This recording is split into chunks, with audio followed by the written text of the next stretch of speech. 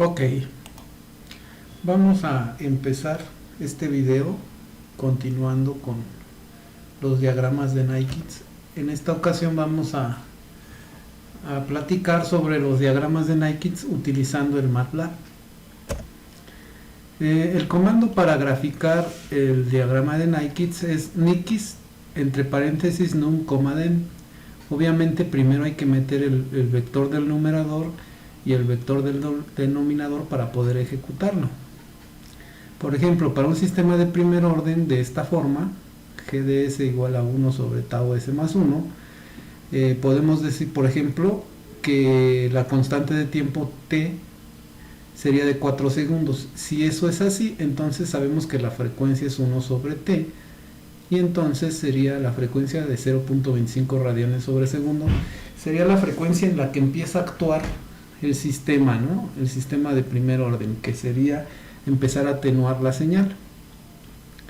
Entonces, si sustituimos esos valores, tendríamos que tau es igual a 4, entonces el sistema sería 1 sobre 4S más 1. Si queremos sacar el diagrama de Nikes de este sistema, pues metemos el numerador, sería num igual a corchetes cuadrados, y adentro estaría nada más el 1, y en el denominador el vector sería 4, que sería el coeficiente de S, y 1, que es el término independiente. Acuérdense que hay que dejar un espacio entre los números. Y después escribimos Nikes entre paréntesis num, del, y le damos enter. Hay que tener en cuenta, presentes en este ejercicio, que en videos pasados determinamos cómo se calcula la magnitud para un sistema de primer orden, que es esta ecuación, y la fase sería esta de aquí abajo, que es menos tangente inversa de omega t, muy importante. Ok, pues ahora vamos al MATLAB, vamos a dar esos comandos. Aquí ya los tengo, pero pues los vamos a volver a ejecutar. Primero metemos num, luego el den, luego le damos printsys para ver la función de transferencia que metimos, y luego le damos Nikes num den y nos va a construir el diagrama de Nikes. Aquí está, miren. ¿Sí? Ok, ahora vamos a trabajar sobre este diagrama de Nikes. Primer cosa que estamos viendo aquí, como lo vimos en videos anteriores, es que la máxima magnitud que tiene este diagrama es de 1, vean. El perímetro máximo de este círculo es 1. Bueno, el diámetro, perdón. Entonces, sabemos que aquí empiezan las frecuencias bajas. Cuando la frecuencia es igual a 0, pues lo voy a poner aquí, frecuencia igual a 0, pues tenemos la parte real, vale 1, que es la magnitud, en este caso, porque el imaginario vale 0, ¿verdad? Entonces aquí tenemos 0 y su magnitud es de 1, y después vamos incrementando la frecuencia, ¿verdad? Aquí ya aumentó, aquí ya tenemos 0.18, aquí tenemos 0.25 más o menos, la máxima, 0.25, y luego lo vamos incrementando más a 0.7, a 1, a 2, así nos vamos hasta un valor muy grande, que sería 1.25 por 10 a la 16, un valor de frecuencia muy grande. Entonces aquí tenemos, en el lado derecho tenemos el inicio de la gráfica cuando la frecuencia vale 0, y en el lado izquierdo, en el origen, para el caso de los sistemas de primer orden, cuando omega tiende a infinito, pues está en el origen. Ahora, la gráfica de arriba corresponde a frecuencias negativas. Vamos a ubicar un punto aquí.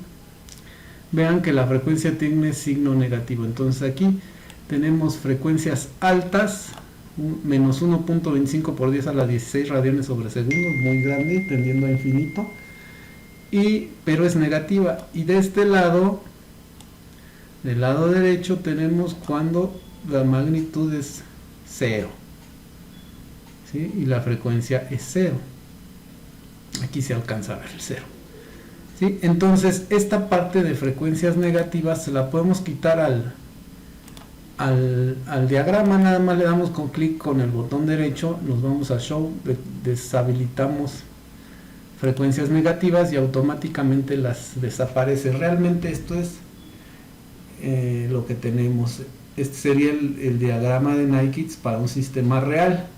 Sin embargo, vamos a utilizar las frecuencias negativas cuando veamos el criterio de estabilidad de Nyquist.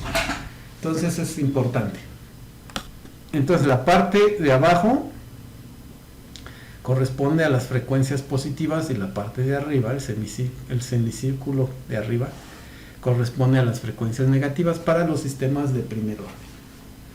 ¿Sí? Bueno, vamos a regresar a la presentación y quiero que vean algo. Ya tenemos, este es el sistema que obtuvimos, el diagrama de Nyquist que obtuvimos, y quiero hablar un poquito más acerca de cómo se obtienen los ángulos. Nosotros necesitamos, ya lo vimos, necesitamos calcular el ángulo para la fase, para los sistemas de primer orden, pues es esta ecuación, menos tangente inversa de omega t para los sistemas de primer orden. Pero esta fase originalmente la calculamos con tangente inversa de y sobre x, donde y es la parte imaginaria de este número complejo y x es la parte real. Aquí la estoy poniendo. Y es la parte imaginaria, pues está en el eje vertical, y en el eje horizontal está x, que es la parte real. ¿Sí? Por ejemplo, cuando y vale 1, cuando x vale 1, y vale 0. Y vale 0, que es esta parte, esta que estoy dibujando aquí recorriendo con el cursor. Pero por ejemplo, cuando omega es igual a 0.25, que es el caso que estoy graficando aquí, 0.25 y 0.25, sería cuando omega es igual a omega n. ¿Ah? Es igual a omega n.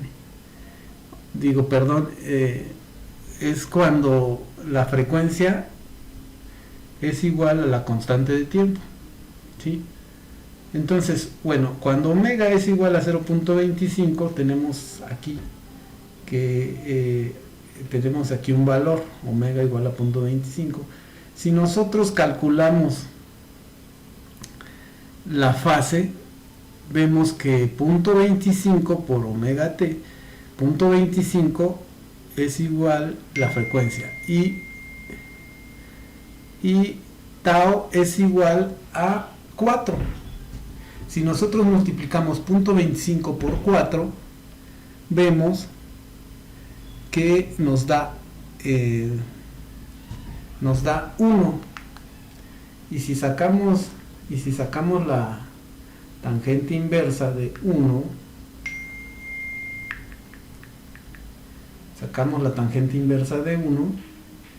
¿cuánto nos va a dar? 1 tangente inversa, pues nos da de 45 grados.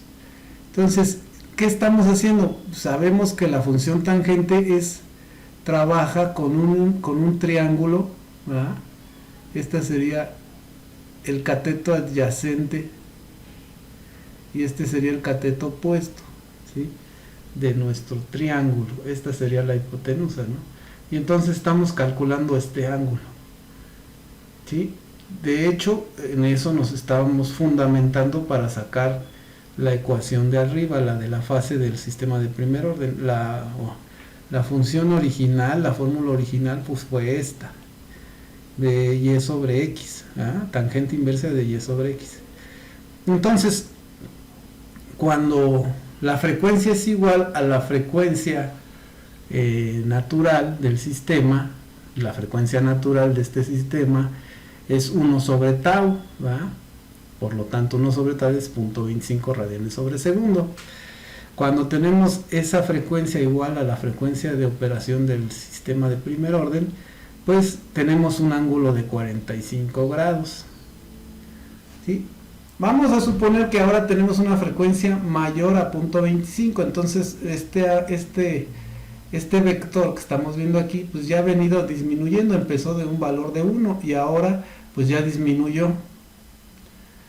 Y vamos a aumentar la frecuencia, que es el siguiente ejercicio que estoy poniendo aquí. Vean, aquí ya la aumenté a un valor de frecuencia más grande. Bueno, ahí no lo anoté, pero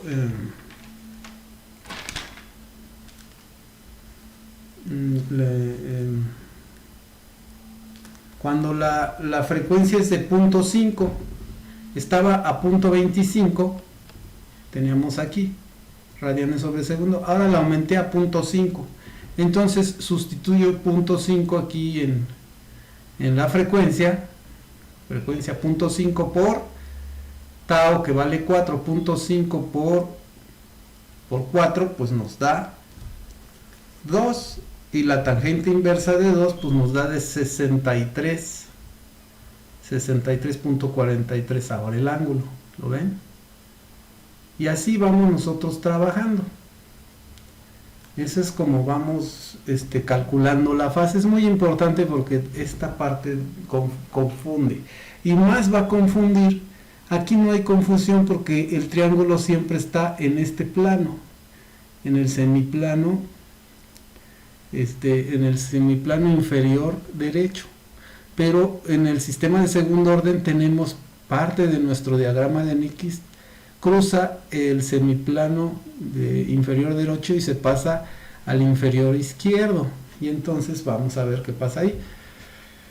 Sí, este es el comportamiento de un sistema de primer orden. Ahora vamos con los sistemas de segundo orden. Los sistemas de segundo orden, su fórmula general, GDS es igual a omega cuadrada n, la frecuencia natural, sobre S cuadrada más 2 veces el factor de amortiguamiento por la frecuencia natural por S, más omega n al cuadrado, la frecuencia natural al cuadrado. Es el formato estándar, ¿no?, de un sistema de segundo orden. Ahora vamos a suponer que la frecuencia natural es de 4 radianes sobre segundo y el factor de amortiguamiento es de 0.5. Entonces, si sustituimos valores, nos quedaría el sistema de la frecuencia natural de 4 al cuadrado, serían 16. Entonces quedaría S cuadrada más 4S más 16. Así sería la función de transferencia.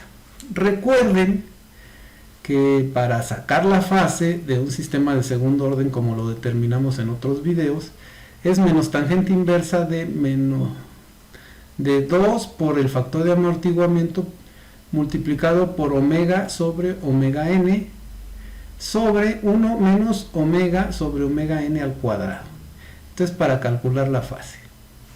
Y la magnitud pues es esta que estamos viendo acá. Para graficar el diagrama de Nyquist en el MATLAB, pues vamos a meter num, que es el término del numerador, que sería 16, y el denominador sería 1, 4, 16. Damos Nyquist, entre paréntesis numden, le damos enter y vamos a obtener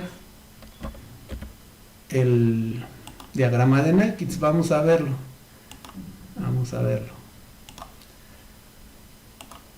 Entonces, pues meto 16 num igual corchetes cuadrados 16, cierro corchetes, den igual corchetes cuadrados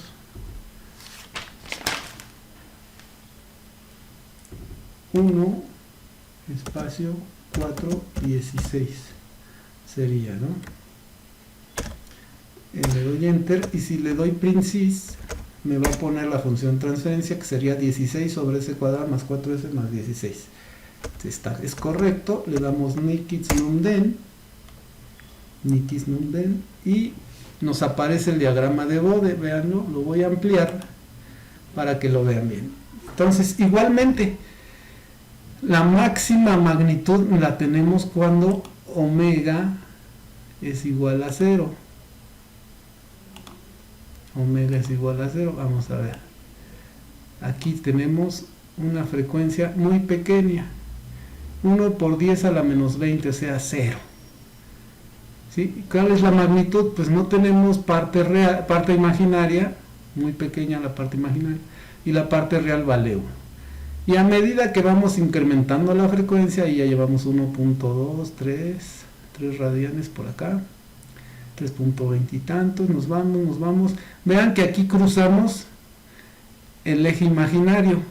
Exactamente lo hacemos cuando tenemos una frecuencia de 4, ¿ven? 4 o 3.99. Y luego cruzamos y sigue habiendo valores, y el máximo valor, cuando llegamos a infinito, que es una frecuencia de 2 por 10 a la 12, es una frecuencia muy grande, cerca de infinito, pues llega al origen, como habíamos visto. Inicia aquí con 1, una magnitud de 1 sobre el eje real, y termina en el origen, cuando la frecuencia es infinita. Pero vemos que aquí el diagrama de Nikitz cruza el semiplano inferior derecho y pasa al semiplano inferior izquierdo. Entonces vamos a interpretar cómo se calcularía el ángulo de fase en esta situación. Vamos a seguir con nuestra presentación. Vamos a los sistemas de segundo orden. Bueno, aquí ya lo estábamos viendo, y ahora vamos con el diagrama de Nikitz para este sistema. 16 sobre s cuadrado más 4s más 16 nos dio esto, cuyo valor máximo en magnitud para una frecuencia de 0, pues tenemos 1, y cuando tenemos un valor infinito de frecuencia, pues estamos en el origen. Pero cuando omega es la frecuencia que estamos usando, es igual a la frecuencia natural del sistema. La frecuencia natural sabíamos que era de 4. Entonces, cuando son iguales, 4 entre 4 es igual a 1. Y esto, 1 al cuadrado es 1. Y vean que 1 menos 1 da 0. Entonces, tenemos aquí, estamos en el exactamente cruzando el eje imaginario, cuando omega es igual a omega n. ¿Sí? Aquí pues el triángulo que estamos usando de la tangente pues no tiene valor, tiene 0. El valor de y en este caso sería este valor, que es 1, y la magnitud aquí es de 1. Entonces vean que el signo negativo de aquí es porque en el numerador tenemos un signo negativo y lo sacamos de la función. Pero estamos aquí. Vamos a ver un ejemplo cuando tenemos una frecuencia mayor a 4 radianes sobre segundo.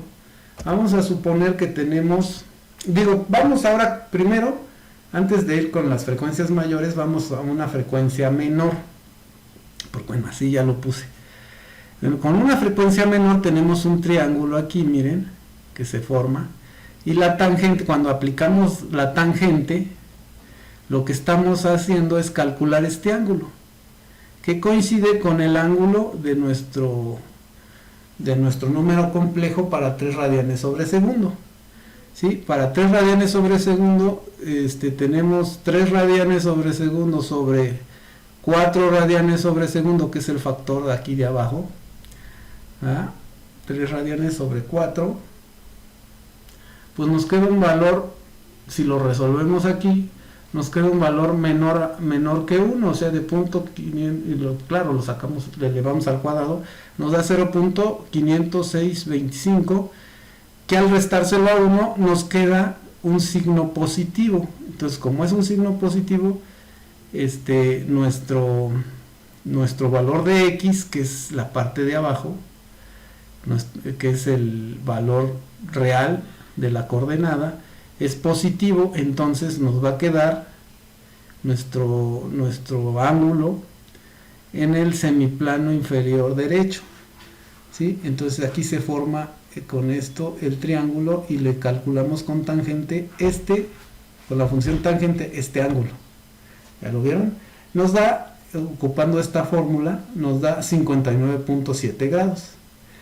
¿Sí? Entonces aquí no hay problema porque el triángulo pues está en el semiplano inferior derecho. ¿Qué pasa cuando tenemos una frecuencia mayor a 4 radianes que estamos en el semiplano inferior izquierdo? Vamos a ver, por ejemplo, cuando tenemos 5 radianes sobre segundo. Cuando tenemos 5 radianes sobre segundo, sustituimos aquí 5 sobre 4, ¿va? Y luego lo elevamos al cuadrado y nos da un valor mayor a 1. Mayor a 1. Entonces cuando restamos 1 menos 1.56 nos da negativo. Este signo nos está diciendo que estamos en este semiplano inferior izquierdo, ¿sí?